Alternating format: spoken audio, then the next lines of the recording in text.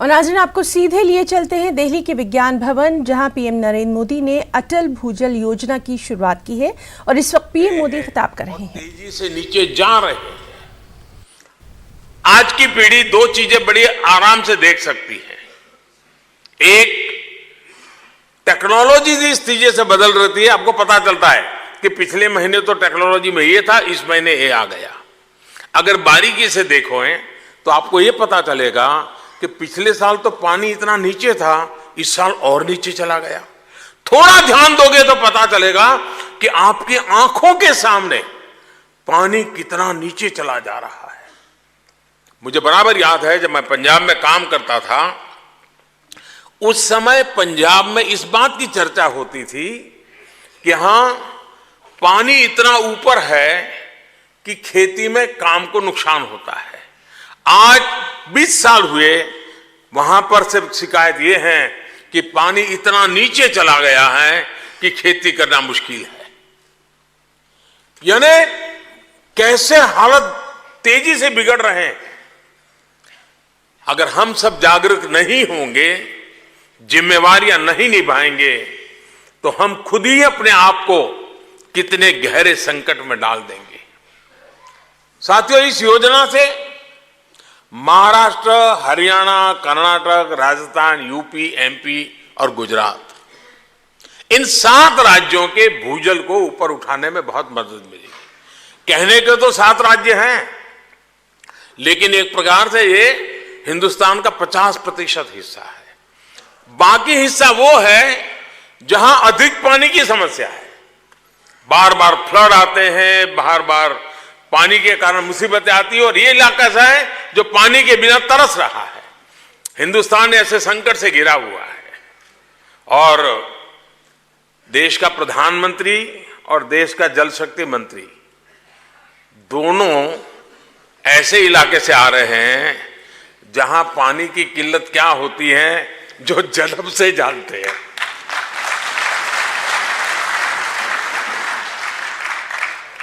हम वो लोग हैं जिन्होंने उस मुसीबत को झेला है, आंखों के सामने देखा है, और इसलिए इस पीड़ा को, इस दर्द को हम भली भांति समझ पाते हैं, और इसलिए मिशन मोड में काम करने का मिजाज भी बनता है।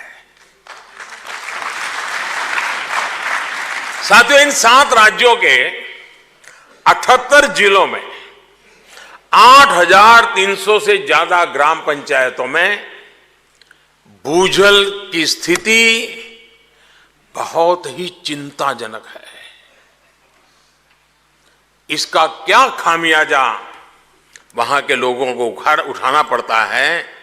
वही समय सारे गांव वाले टेक्नोलॉजी से हमसे जुड़े हुए हैं, वो इस बात को सुन रहे हैं, वो समझ रहे हैं, इसके महात्मा को समझ रहे हैं। इन क्षेत्रों के किसानों की, पशुपालकों की, छोटे छोटे उद्यमियों की, वहां की महिलाओं की दिक्कतें किसी से छिपी हुई नहीं है। साथियों, लोगों को इन दिक्कतों से मुक्ति मिले, जल स्तर में सुधार हो, इसके लिए हमें जागरूकता अभियान चलाने होंगे। Artificial intelligence, internet of things और जरूरी डेटा को हमें जोड़ना पड़ेगा। और सबसे प्रमुख बात, हमें जल संरक्षण और जल संवर्धन पर बल देना होगा, ताकि पानी की एक एक बूंद का उचित उपयोग हो। और ये आखिर होगा कैसे?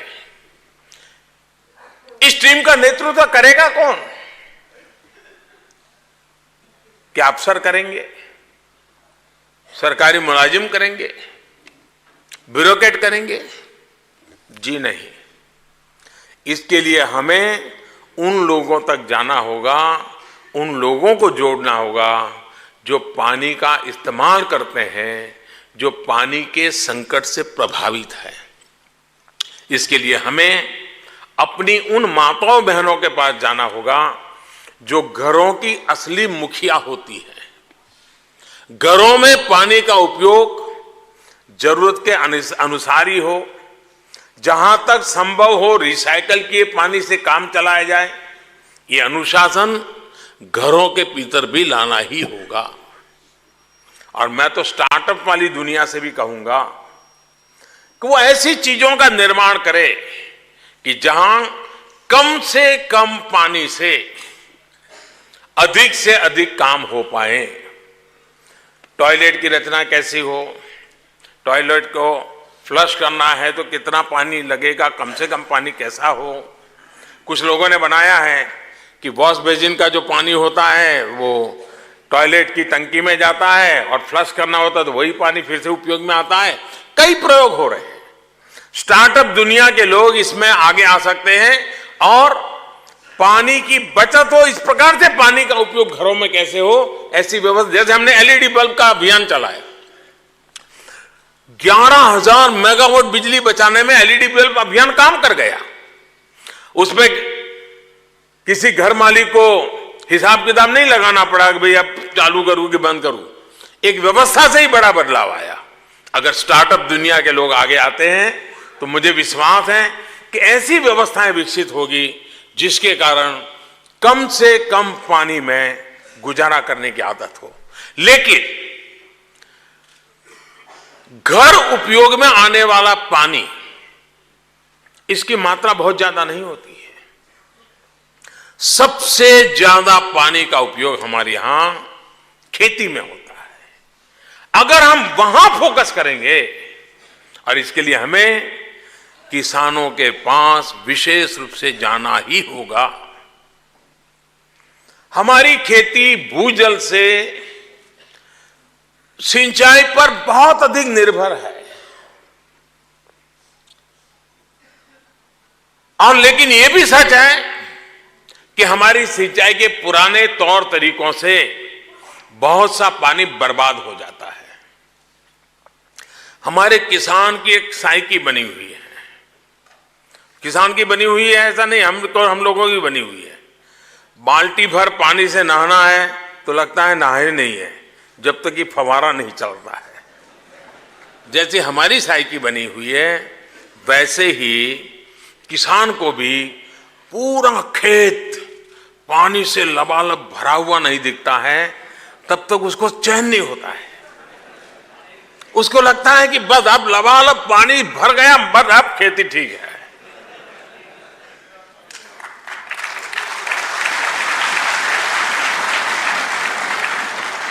और पानी जमीन के लिए है कि पौधे के लिए, इसका भेद ही समझ नहीं है। एक्चुअली पानी पौधे को चाहिए, लेकिन किसान पानी जमीन को देता है। उसका दोष नहीं है, हमने उस तक सही बात पहुंचाई ही नहीं है। उसी प्रकार से फसल, जब पता है भाई कि कुछ फसल ऐसी हैं जो पानी सबसे ज्यादा लूटती है मैं कहता हूं, अब उन फसल से कैसे बाहर आए, हम फसल में परिवर्तन कैसे करें। मैं हरियाणा सरकार का बधाई देता हूं। मनोहर लाल जी खट्टर ने वहां के किसानों को स्पेशल इंसेंटिव अभियान चलाया और कम पानी वाली फसलों की तरफ ले जाने के लिए बड़ा सफल प्रयोग किया है। हरियाणा को बचाने का एक बड़ा अभियान है, वो सारे देश में करना पड़ेगा। उसके बिना हम स्थिति को बदल नहीं पाएंगे। इसके अलावा गन्ना हो, धान हो, बहुत सी ऐसी फसलें भी हैं जो बहुत ज्यादा पानी चाहती है। इस प्रकार की फसलें जहां होती हैं, वहां कई बार ये पाया गया है कि इन जगहों पर भूजल का स्तर तेजी से घटता जा रहा है। इस स्थिति को बदलने के लिए हमें किसानों को वर्षा जल के संचयन के लिए, वैकल्पिक फसलों के लिए जागरूक करना होगा। उन्हें इस आंदोलन का नेतृत्व किसानों को देना होगा। ज्यादा से ज्यादा माइक्रो इरिगेशन की तरफ बढ़ना होगा। मुझे बराबर याद है, मैं गुजरात में था।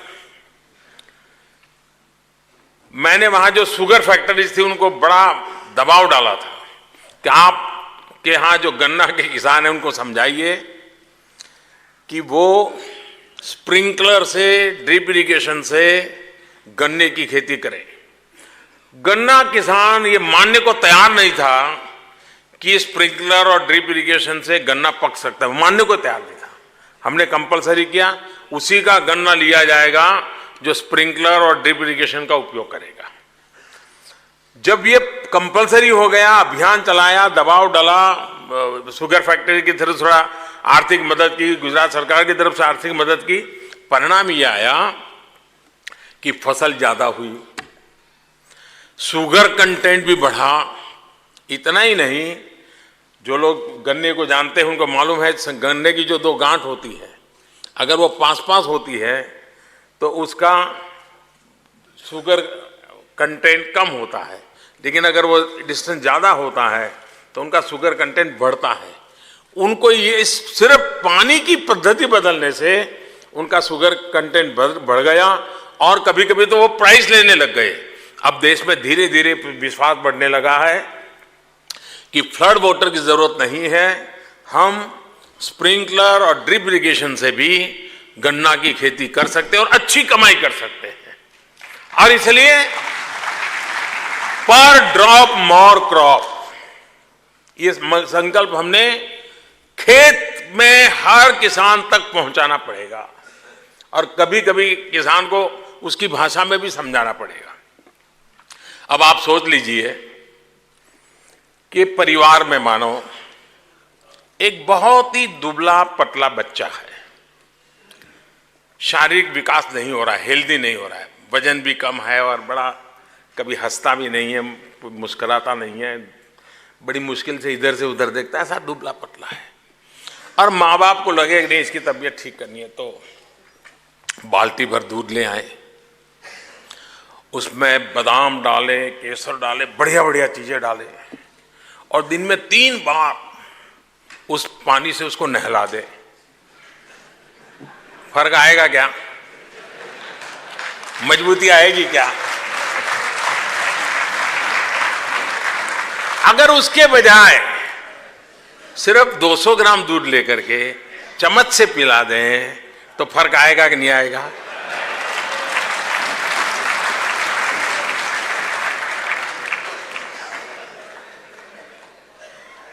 किसान को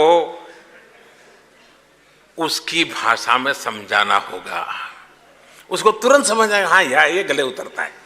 2 चम्मच दूध पिलाते पिलाते ठीक कर सकते हैं, ये बाल्टी भर पानी दूध से नहलाने से नहीं होता है, फ्लड इरिगेशन से नहीं होता है, बूंद बूंद पानी से परिवर्तन आता है। ये बात उसको समझानी होगी। साथियों, जब हम घर के लिए कुछ खर्च करते हैं तो अपनी आय और बैंक बैलेंस भी देखते हैं, अपना बजट बनाते हैं। ऐसे ही जहां पानी कम है या ज्यादा है, वहां गांव के लोगों को वाटर बजट बनाना बहुत अनिवार्य है और उस आधार पर फसल उगाने के लिए हमें प्रोत्साहित करना होगा। मैंने तो देखा है जब गांव में अगर वाटर सिस्टम शुरू हो जाती है और नल से पानी आना शुरू हो जाता है, शहरों में तो खास, तो वो क्या करते हैं, उनको पता होता है कि सुबह 6 बजे पानी आता है, तो बाल्टी नल के नीचे उल्टी रख देते हैं और नल चालू करके सो जाते हैं, ताकि सुबह घंटी का काम वो नल करता है। 6 बजे पानी आता है तो बाल्टी से आवाज आती है तो घर वाले जाग जाते हैं। मैं आप लोगों की बात नहीं कर रहा हूं।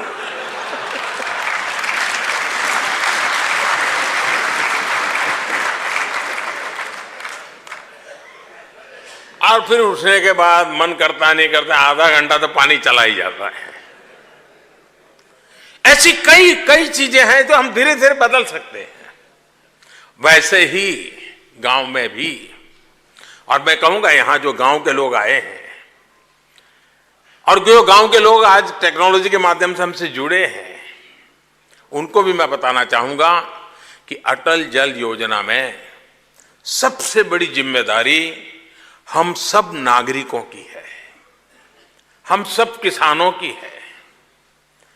हम सब मिलकर के जितना अच्छा काम करेंगे उससे गांव का तो भला होगा ही, ग्राम पंचायतों का भी भला होगा। अटल जल योजना में इसलिए ये भी प्रावधान किया गया है कि जो ग्राम पंचायतें पानी के लिए बेहतरीन काम करेंगी उन्हें और ज्यादा राशि दी जाएगी, इंसेंटिव दिया जाएगा ताकि वो और अच्छा काम कर सके। मेरे सरपंच भाइयों और बहनों, आपकी मेहनत, आपका परिश्रम, आपकी भागीदारी देश के हर घर तक जल पहुंचाने के लिए बहुत महत्वपूर्ण है। मैं अटल जल योजना से जुड़े सभी 8,300 सरपंचों से कहना चाहता हूं कि आपकी सफलता न सिर्फ अटल जल योजना को कामयाब बनाएगी बल्कि जल जीवन मिशन को भी मजबूती देगी। और कैसे करता है ये आप अगर थोड़ा जानने का प्रयास करोगे तो भली भांति आप उसको उठा लोगे। ये देश के प्रत्येक नागरिक को भी जानना जरूरी है। साथियों, आजादी के इतने वर्षों बाद भी आज देश के 3 करोड़ घरों में ही, मैं यहां किसी की आलोचना करने के लिए नहीं आया, लेकिन सच्चाई हमें पता होनी चाहिए, 3 करोड़ घरों में ही नल से जल पहुंचता है। सोचिए, 18 करोड़ ग्रामीण घरों में से सिर्फ 3 करोड़ घरों में 70 साल में जो काम हुआ है, हमें उससे अनेक गुना काम आने वाले 5 साल में करना है। यानी 5 साल में 15 करोड़ घरों तक पानी, साफ पानी, पाइप से पानी पहुंचाना है। आपने देखा होगा इन दिनों दिल्ली में पानी को लेकर के कितनी जागरूकता और कितनी नाराजगी आई है लोगों की। चारों तरफ से आवाज उठ रही है कि हमें दिल्ली में, देश की राजधानी, और गंदा पीने का पानी अशुद्ध चिंता का विषय बना हुआ है। और इसके लिए अगले 5 वर्षों में केंद्र और राज्य सरकारें मिलकर के 3.5 लाख करोड़ रुपए से ज्यादा खर्च पानी के लिए खर्च करने जा रहे हैं। हो सकता है कल कोई हेडलाइन बना देगा, 3.5 लाख करोड़ पानी में।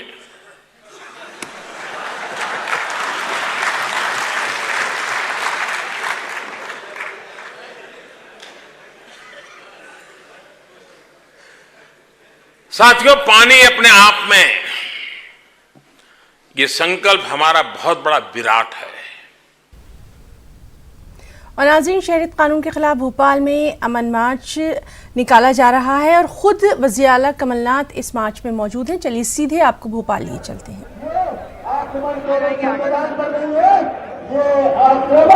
हमारे देश के हर नागरिक पर है, हमारे देश के हर नागरिक के अधिकारों पर है।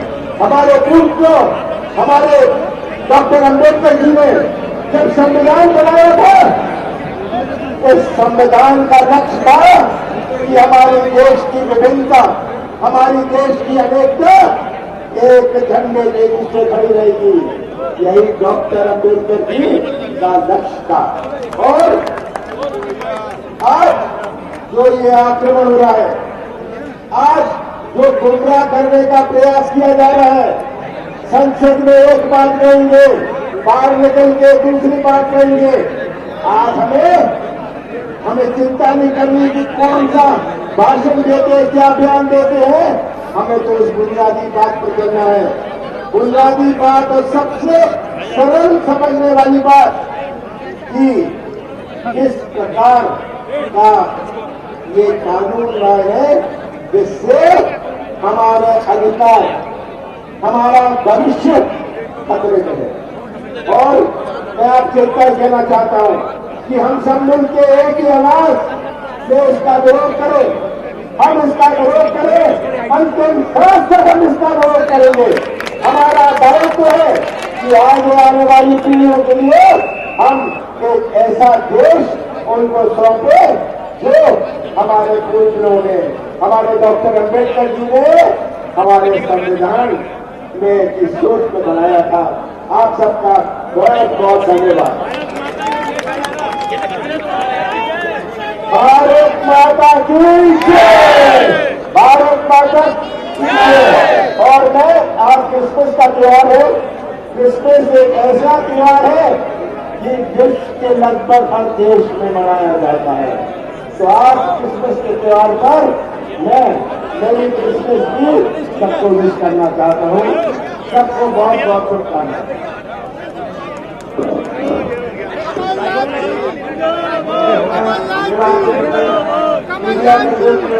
गाड़ियों पर जाइए, गाड़ियों पर जाइए और जो पहला काम है वो भोजन का होगा।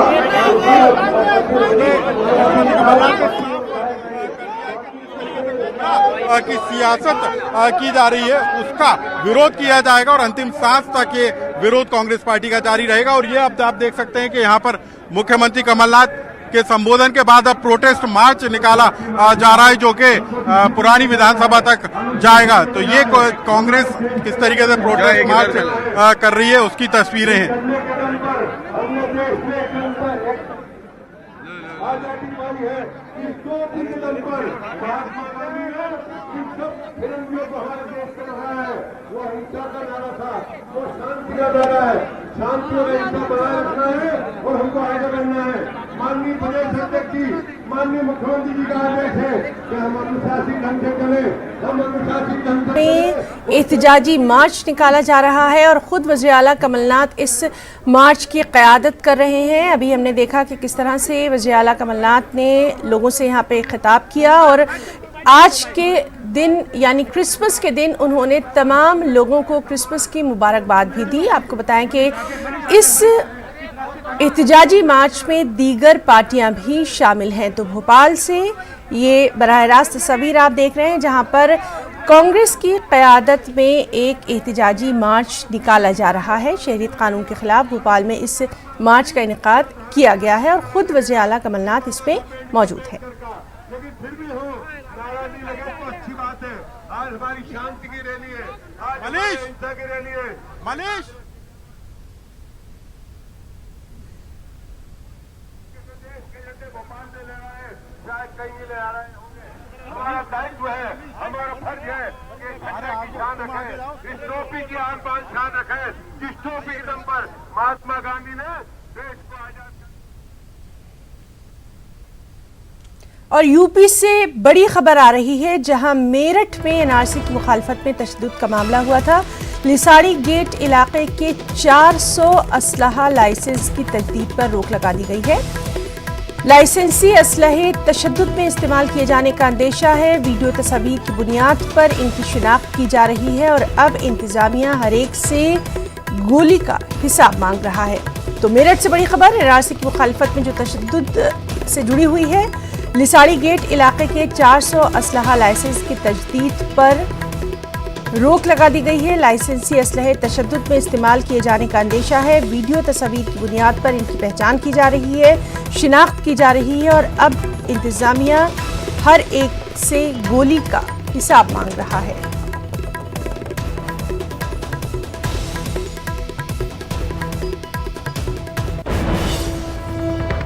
और वहीं बेंगलुरु में पुलिस फायरिंग के जरिए मारे गए 2 अफराद के मामले में कर्नाटक वज़ीर आला येडियुरप्पा ने ऐलान करदा मुआवजे की रकम वापस लेने का ऐलान किया।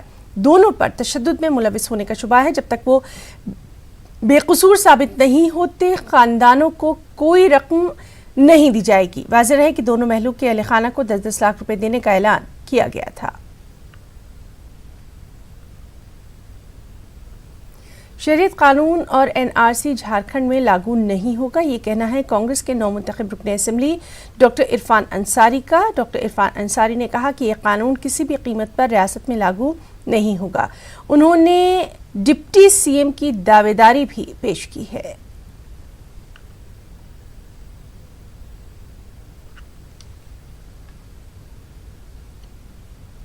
मुंबई के चेंबूर इलाके में आज सीएए और एनआरसी के हक में रैली निकाली गई। इस रैली में बड़ी तादाद में लोगों ने शिरकत की और इस कानून के हक में नारे लगाए। रैली में ज्यादातर लोग सिंधी कॉलोनी से थे। यहाँ पर रिफ्यूजीज की बड़ी तादाद रहती है।